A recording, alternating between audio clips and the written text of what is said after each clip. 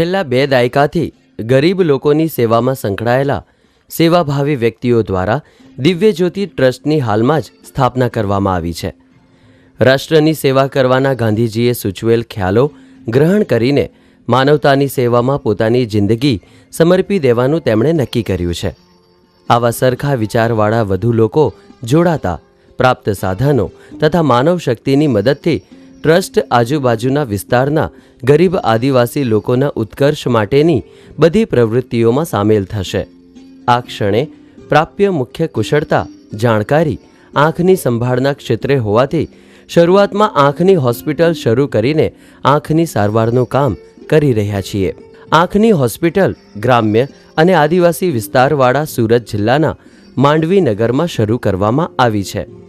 ગુજરાતનો આદિવાસી પટ્ટો જે ધરમપુરથી શરૂ થઈને વલસાડ, સુરત, વડોદરા અને દાહોદ થઈને પંચમહાલ સુધી વિસ્તરેલો છે. તેમાં માંડવી સુરત જિલ્લાના આદિવાસી વિસ્તારની મધ્યમાં આવેલું છે. માંડવી 25,000ની વસ્તીવાળું નાનું શહેર છે. તે તાલુકાનું મથક છે. સુરત જિલ્લાના અંદરના આદિવાસી વિસ્તારના ગામડાઓ સાથે જોડાયેલું છે.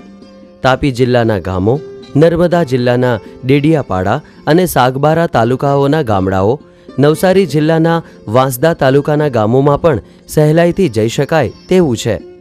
ડાંગ જિલ્લાના કેટલાક ગામો પણ સુરત જિલ્લાને અડીને આવેલા છે. સુરત શહેરથી પૂર્વમાં 65 કિલોમીટર દૂર માંડવી વસેલું છે અને માર્ગ વ્યવહારથી જોડાયેલું છે.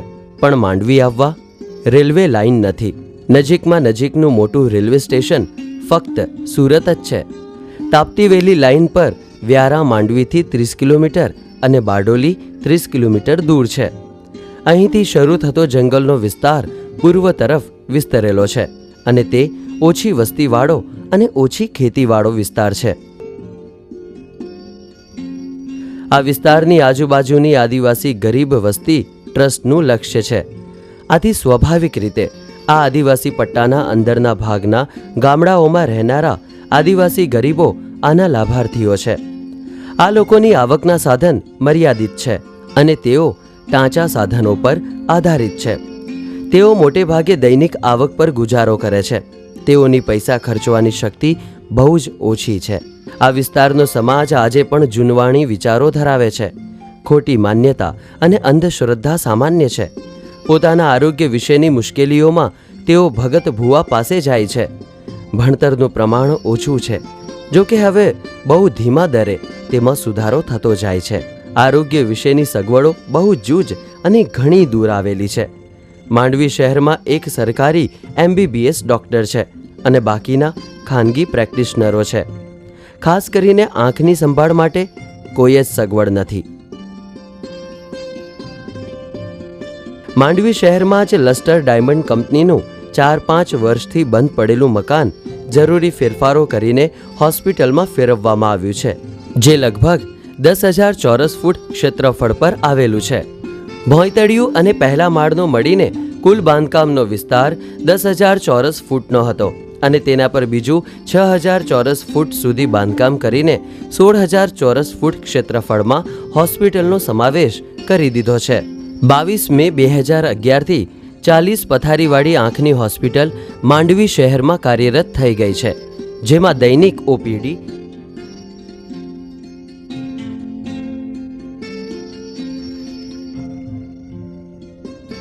ઓપરેશન થિયેટર નિયમિત રીતે ચાલે છે. મે 2011થી માર્ચ 2012 દરમિયાન 3600થી વધુ ઓપરેશન થઈ ચૂક્યા છે, જેમાં મોતિયાના ઓપરેશન ઉપરાંત લેસર દ્વારા શેક આપવો, છારી કાપવી, ઝામર, વેલ, નાસુર, ધડેલી પાપણ, આંખને લગતી પ્લાસ્ટિક સર્જરી તેમજ કીકી બદલવાના ઓપરેશનનો પણ સમાવેશ થાય છે. હોસ્પિટલમાં થતી સારવાર પૈકી BPL કાર્ડ ધારકોને બધી સારવાર ફ્રી તેમજ અન્ય લોકોને પણ અત્યંત રાહત દરે આ સુવિધા પૂરી પાડવામાં આવે છે. કુલ ઓપરેશનમાંથી 75% ઓપરેશન સંપૂર્ણ માફીમાં કરવામાં આવ્યા છે. કુલ દાખલ દર્દીમાંથી 80%થી વધુ દર્દીઓ આદિવાસી હતા, જેમાંના 90%થી વધુ દર્દીઓના ઓપરેશન સંપૂર્ણ માફીમાં કરવામાં આવ્યા છે. હોસ્પિટલમાં કુલ 5 ઓપ્થેલ્મિક સર્જન પૂર્ણ સમય માટે કાર્યરત છે, જે પૈકી એક ડૉક્ટર પડદાના નિષ્ણાંત છે. હોસ્પિટલમાં ઉપલબ્ધ સાધનો: યાગ લેસર, મોતિયાના ઓપરેશન પછી થતી છારી કાઢવા માટે; ફોટો સ્લિટ લેમ્પ, આંખના વિવિધ રોગોના ફોટા પાડવા માટે તથા અન્ય સ્ટાફની તાલીમ માટે; ઓસીટી મશીન, એન્ટિરિયર અને પોસ્ટિરિયર સેગમેન્ટ સોફ્ટવેર સાથે આંખના વિવિધ રોગોના ત્રિપરિમાણીય અભ્યાસ માટે; ક્લિનિકલ સ્પેક્યુલર માઇક્રોસ્કોપ, દર્દીની કીકીના જીવિત કોષોની સંખ્યા જાણવા માટે; વિઝ્યુઅલ ફિલ્ડ એનાલાઇઝર, ઝામરના દર્દીના દ્રષ્ટિના ક્ષેત્રની તપાસ કરવા માટે; frequency doubled green laser, diabetes, blood pressure વગેરે રોગોના દર્દીના પડદાની સારવાર માટે; ડિજિટલ ફંડસ કેમેરા, આંખના પડદાની એન્જિયોગ્રાફી કરવા માટે; AB કમ્બાઇન્ડ સ્કેન, આંખની સોનોગ્રાફી કરવા માટે; ઓટો રિફ્રેક્ટર, કોમ્પ્યુટર દ્વારા આંખના નંબરની તપાસ કરવા માટે; ઓટોમેટેડ લેન્સોમીટર, દર્દીના ચશ્માના કાચનો નંબર જાણવા માટે;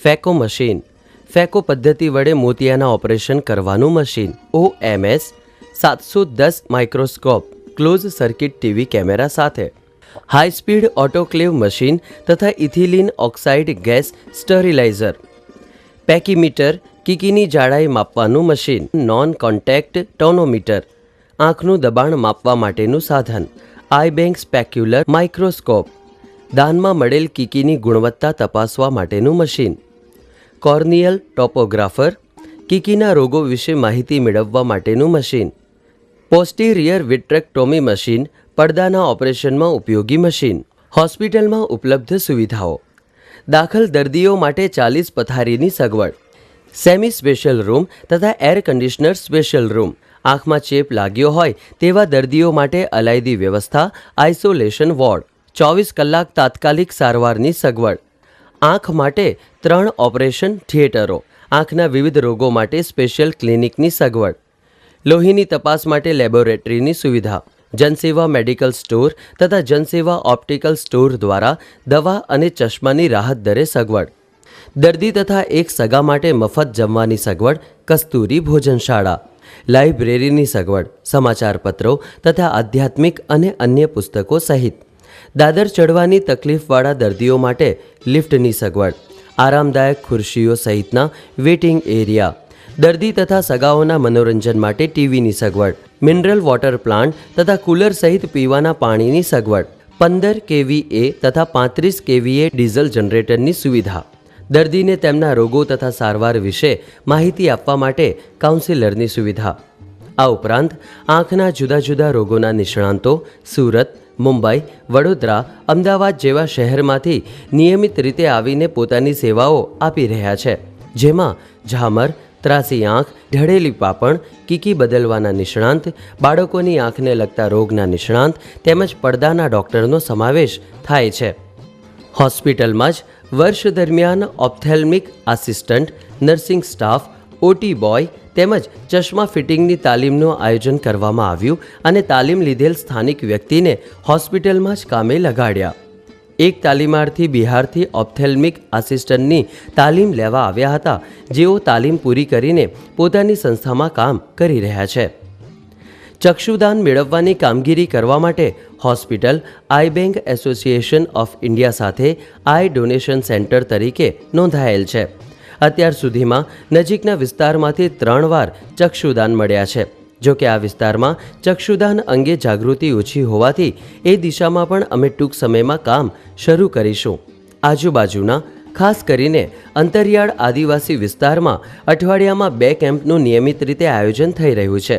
આ નિદાન કેમ્પો સુરત, ભરૂચ, નર્મદા, તાપી, નવસારી જિલ્લાના અંતરિયાળ આદિવાસી વિસ્તારમાં તેમજ મહારાષ્ટ્રની હદ સુધીના વિસ્તારમાં કરવામાં આવે છે. આ નિદાન કેમ્પમાં દર્દીઓની આંખની તપાસ, દવા તથા ચશ્મા વિતરણ કરવામાં આવે છે અને જે દર્દીઓને ઓપરેશનની જરૂર હોય તેમને ટ્રસ્ટની 40 સીટની બસ દ્વારા બેઝ હોસ્પિટલ પર લાવવામાં આવે છે. હોસ્પિટલમાં તેમની ઓપરેશન પૂર્વેની તૈયારી, ઓપરેશન અને ઓપરેશન બાદ બીજા દિવસે ડ્રેસિંગ કર્યા બાદ જરૂરી દવા, ચશ્મા આપીને તેમને ફરીથી ટ્રસ્ટની બસ દ્વારા કેમ્પના સ્થળે પરત મૂકી આવવાની વ્યવસ્થા કરવામાં આવે છે. હોસ્પિટલના નિવાસ દરમિયાન દર્દી અને એક સગાની રહેવાની, જમવાની તેમજ સવારની ચા બિસ્કિટની વ્યવસ્થા મફત પૂરી પાડવામાં આવે છે. માંડવી ખાતેની હોસ્પિટલ ઉપરાંત નેત્રંગ પ્રાથમિક આરોગ્ય કેન્દ્ર અને ઝંખવાવ સામૂહિક આરોગ્ય કેન્દ્ર ખાતે દર્દીની દૈનિક તપાસ અને અઠવાડિક ઓપરેશનની જવાબદારી એપ્રિલ 2012થી દિવ્યજ્યોતિ ટ્રસ્ટ દ્વારા સંભાળવામાં આવી રહી છે. આ કામગીરી અગાઉ સેવા રૂરલ ઝઘડિયા દ્વારા થઈ રહી હતી. એપ્રિલ 2012થી માંડવી તાલુકામાં અંધજન પુનર્વસન કાર્યક્રમ શરૂ કર્યો છે. આ કાર્યક્રમ હેઠળ માંડવી તાલુકાના 133 ગામોમાં એક સર્વે હાથ ધરીને સંપૂર્ણ અંધ વ્યક્તિઓને જુદા પાડીને આ અંધજનો પૈકી 1. બાળકોને બ્રેલ શિક્ષણ, 2. યુવાનોને રોજગારલક્ષી તાલીમ, 3. વૃદ્ધોને પોતાનું કામ જાતે કરી શકે તેવી તાલીમ તેમજ આ અંધજનોને સરકારશ્રી તરફથી મળતી સહાય અપાવવાનું એમ 4 પ્રકારે આ કામગીરી થશે.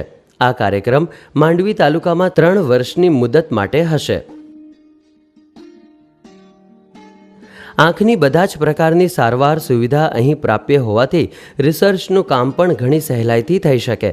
રિસર્ચ માટે જરૂરી તાલીમ ડૉક્ટર રોહનભાઈએ 1 વર્ષ લંડનમાં MSc કોમ્યુનિટી આઈ હેલ્થ અભ્યાસ કરીને મેળવી હોવાથી અહીં રિસર્ચનું કામ પણ શરૂ થઈ ગયું છે. સંસ્થામાં કામ કરતા લોકોમાં પરિવાર ભાવના વધે તે માટે નાનો મનોરંજક પ્રવાસ, ધ્વજવંદન, દિવાળીની ઉજવણી, સ્ટાફના પરિવાર સાથે વર્ષમાં 2 વાર પરિવાર મિલન કાર્યક્રમો યોજવામાં આવ્યા. સ્ટાફના બાળકોને દફતર સહિત સ્કૂલ કીટનું વિતરણ અને સ્ટાફની બહેનોને સાડીનું વિતરણ પણ કરવામાં આવ્યું. ભાવિ આયોજનોમાં આંખના સર્જનોની તાલીમ, આંખની સર્જરીના વિષયને લગતું સંશોધન, બહારના પેરામેડિકલ કાર્યકરો, ઓપ્થલ્મિક મદદનીશ વગેરેની પદ્ધતિસર તાલીમ. ટૂંકમાં અમારું ધ્યેય જરૂરી સારવારના અભાવે કોઈપણ વ્યક્તિ અંધ ન થાય એ જ છે. આવો આપણે સૌ આ દિશામાં સાથે મળીને આગળ વધીએ. ટ્રસ્ટનો એકમાત્ર આવકનો સ્ત્રોત દાન પર આધારિત હોય અમે આપ સૌને આ ઉમદા કામ માટે ઉદારતાપૂર્વક દાન આપવા માટે હાર્દિક અપીલ કરીએ છીએ. દિવ્ય જ્યોતિ ટ્રસ્ટ ચેરિટી કમિશનર સુરત ખાતે નોંધાયેલ રજિસ્ટર્ડ પબ્લિક ચેરિટેબલ ટ્રસ્ટ છે. સંસ્થાને આપવામાં આવતું દાન ઇન્કમટેક્સ કલમ 80G હેઠળ કર મુક્તિને પાત્ર છે. માંડવી પધારો, અમારી સંસ્થાની મુલાકાત લઈ અમારો ઉત્સાહ વધારવા વિનંતી.